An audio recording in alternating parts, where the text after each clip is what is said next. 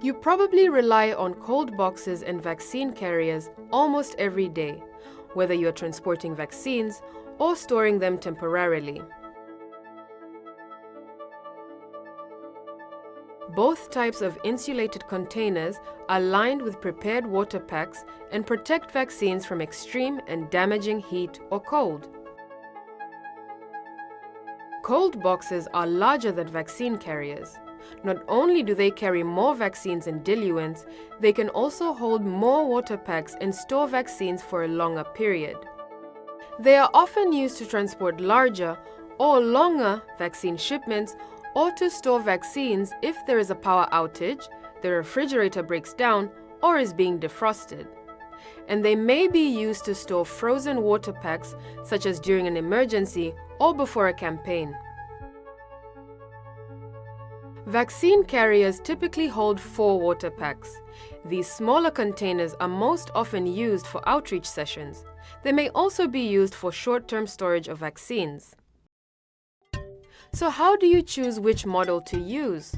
There are 2 main things to consider when choosing the correct model: the vaccine and diluent storage capacity needed for the supply period and the cold or cool life required for the maximum storage time, including transport time. To determine the right size container or correct storage capacity, you will need to know the volume of the vaccines and diluents you are packing. Say you are packing 20 vials of a vaccine for an outreach session. Each vial has 10 doses, and each dose has a packed volume of 2.5 cubic centimeters. Multiply the volume of one dose by the number of doses you are packing. Next, convert that number to liters, since a container's storage capacity is listed in liters. Then, compare that volume to the storage capacity of your facility's available vaccine carriers. If you do not know the storage capacity of your containers, look on the inside lid or look up the container's vaccine storage capacity in the current PQS catalog. When choosing a passive container, size is not the only factor. It must also be able to keep the vaccines and diluents at the right temperature for the maximum storage time, including transport time.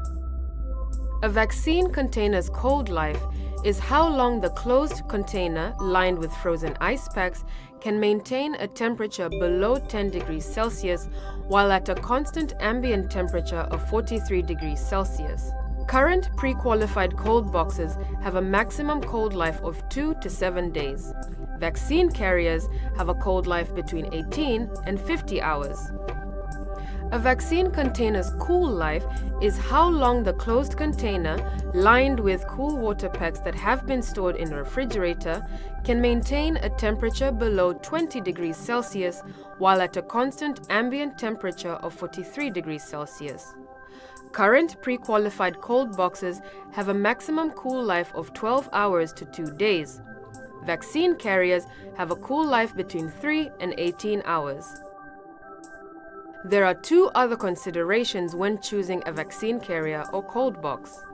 If you are selecting a cold box, you will want to make sure you have the correct size and number of water packs for the cold box model exactly as specified by the manufacturer.